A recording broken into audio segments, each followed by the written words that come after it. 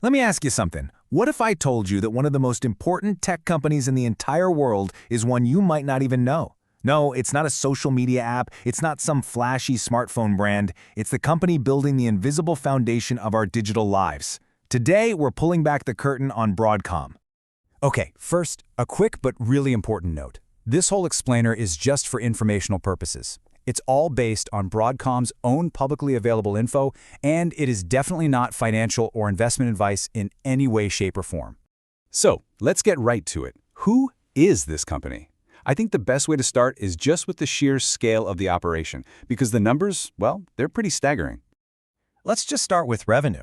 For 2025, their projected net revenue is almost $64 billion. That alone puts them right up there with the biggest names in tech you can think of.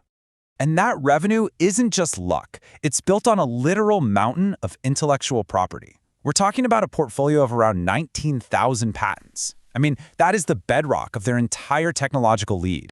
And they don't just sit on that lead. They are constantly pushing forward. They're projected to pour a massive $11 billion into R&D in a single year. That is a serious commitment to staying on the absolute cutting edge. So, how are we going to piece this whole puzzle together? Well, first, we'll get a clear profile of the company. Then, we'll dig into their secret for getting so big. We'll break down what they actually do, see where their tech is powering our world, and finally, we'll look at the numbers that tell the whole story. All right, first up, let's get a really clear, high-level definition of what Broadcom is all about. Okay, so that's the official description. But what does it really mean? Well, think of them as the company that provides the essential plumbing and the power grid for our digital world.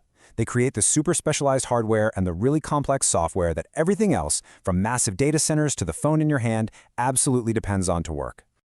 A company of this size doesn't just appear out of nowhere. Its journey is a pretty fascinating story of strategic growth, which brings us to how they built this absolute empire. Now, just look at this revenue chart for a second. This tells a huge part of the story.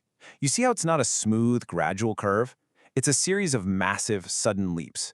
And each one of those jumps, that's a major strategic acquisition. And here are those jumps. This slide really shows their strategy perfectly. They don't just grow organically, they go out and acquire established leaders in key tech areas. And notice that pivot around 2018?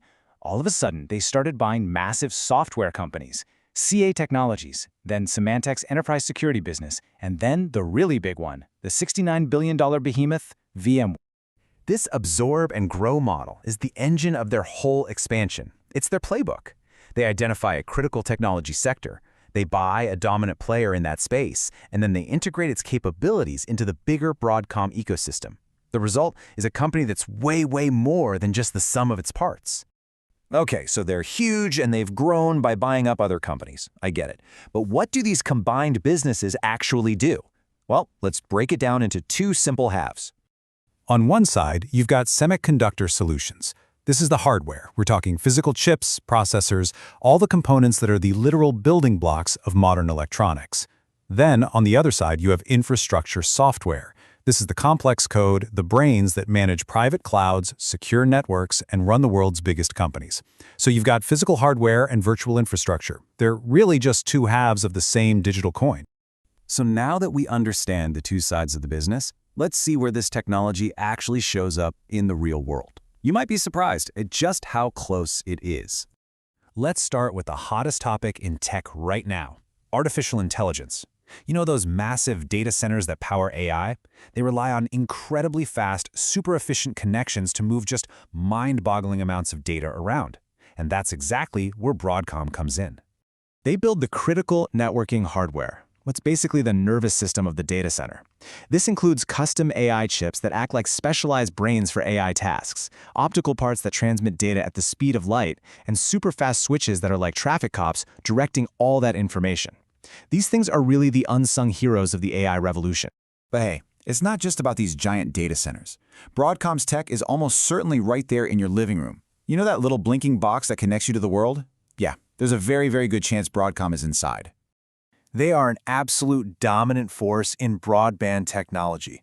The chips in your Wi-Fi router, your cable or fiber modem, and even your TV's set-top box, more often than not, they are designed and supplied by Broadcom.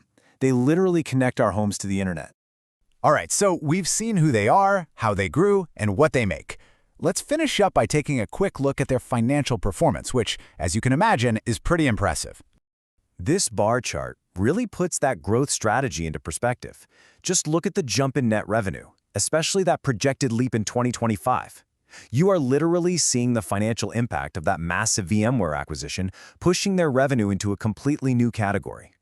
And this isn't just about revenue. It's about pure profitability. This chart shows their free cash flow, which is a key measure of how much actual cash the business is generating. And that impressive upward trend, that shows a company that is not just financially powerful, but also a highly efficient operation. Which brings us to our final thought here. Broadcom has strategically, piece by piece, assembled the building blocks of our digital world, from the hardware and data centers to the software running huge enterprises, all the way to the chips connecting our homes. And so the big question becomes, as one company builds more and more of this essential, invisible foundation, what happens next?